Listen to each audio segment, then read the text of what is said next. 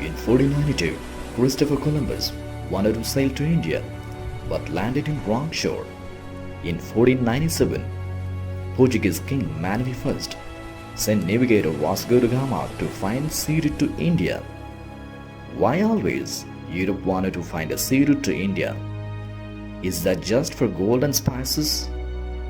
No, not just that. Then what it is? Devanga, the truth unfolded. The thing we need to remember is, 300 years ago, from then on for many thousand years, everybody in Paris, London and everywhere else in Europe and Arabia wore an Indian cloth. They spent most of their… At one time, at one point, Paris and Europe, particularly France and rest of Europe, spent nearly 60% of their budget buying Indian textile. That is how enamored they were. That is what made them, go for these expeditions in the wild ocean and try to get to this country, because the kind of exquisite material, textile and other things, spices, gold, everything, but one important thing was textile.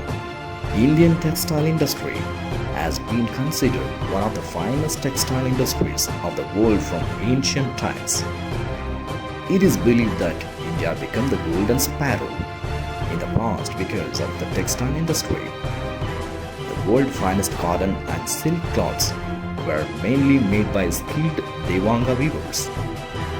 The Romans did business with India and apparently gave equal number of gold coins to Indian in exchange with the weight of Indian textiles.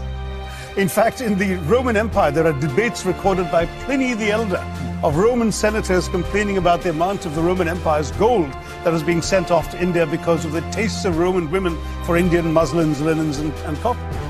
Even in the times of Mughals and British, the textile industries of Kanchi, Banaras, Dhaka and Malwa were considered as world-class and exported throughout the world. Earliest known reference to weaving is in Brahmanda Purana. The great sage Devala Maharishi, created by Lord Shiva, who received yarn from Lord Vishnu and weaved finest cloths called Pitambaras with the help of accessories made by architect Maya and distributed to celestials and humans. Later, Devanga weavers, the descendants of Devala Maharishi, made world finest cloths of silk and cotton. Even gemstones, gold and silver lining has been used. Eventually, Indian textile captured the world market. Ancient Greek, Egypt and Arab both become our buyers. Testimony by Tavernier and Edward Banks expresses the actual splendor about Indian textiles. இந்தியாவுடைய பெருமை, இந்தியருடைய கீர்த்தி, நம்ம எப்படி இருந்தோம் British இங்கே வர்றதுக்கு முன்னாடி, நம்ம world லெவலில் நம்ம ட்ரேடில் எவ்வளோ ஸ்ட்ராங்காக இருந்தோம். நெசவு தொழில் உலகத்துக்கெல்லாம் துணியை இந்தியா தயாரித்து கொடுத்தது. இங்கே காஞ்சிபுரம் மட்டும் இல்லை, ஆரணி மட்டும் இல்லை, தமிழ்நாட்டிலேயே சுங்குடி உட்பட தமிழ்நாட்டிலே நூற்றுக்கணக்கான வெரைட்டி இருந்துச்சு. தமிழ்நாட்டில் மட்டும் இல்லை, ஒட்டுமொத்த இந்தியாவில் நம்ம யோசிச்சு பாருங்கள். குஜராத்லேருந்து காசிலேருந்து பல இடங்களில் நமக்கு டெக்ஸ்டைலில் நம்ம மாஸ்டராக இருந்திருக்கோம். நம்ம அதை ஃபுல்லாக காலி பண்ணி நம்ம கட்டவரில் உடச்சி நம்மளை ஒன்றுமெல்லாம் பண்ணிவிட்டாங்க. British period. British generally wore clothes made up of either wool or leather. Even in the summer, Indian cotton clothes gained great popularity and demand in entire Europe.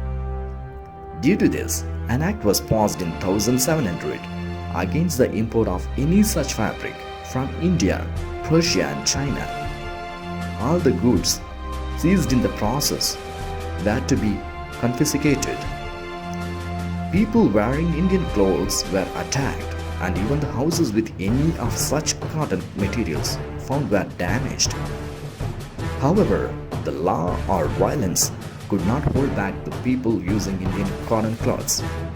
In 1721, British Parliament passed much more comprehensive act than the older one, according to which anybody found in possession of these fabrics has to bear penalty.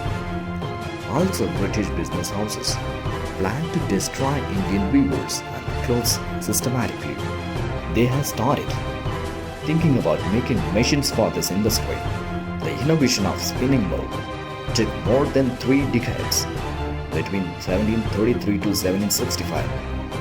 To multiply the production, they successfully created weaving machine with steel comb, replacing the alien wooden combs.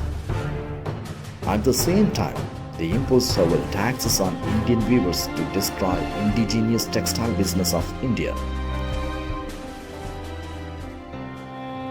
And when they came here, one of the things that they did between 1800 to 1860, a systematic effort to destroy Indian textile capability. In the 60 years, the Indian export of textiles came down by 94% because they made it a law that you can only sell it to East India Company, and they taxed it some 300–400 times and made it not marketable out there, and they took the raw material and did their own Manchester. Imposition of taxes, banning of Indian textiles in other markets, and physically abuse of Indian weavers by British caused the death of Indian small-scale textile industries. The systematic destruction by British reduced the Indian textile export by 90% within 60 years of time. Between 1800 to 1860, millions of Devangas died because of starvation. In 1860, one of the Governor-Generals makes a comment.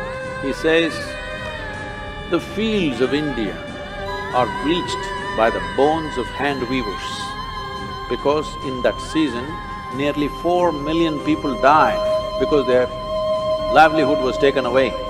Devanga community became the main prey for British in destroying the Indian textile.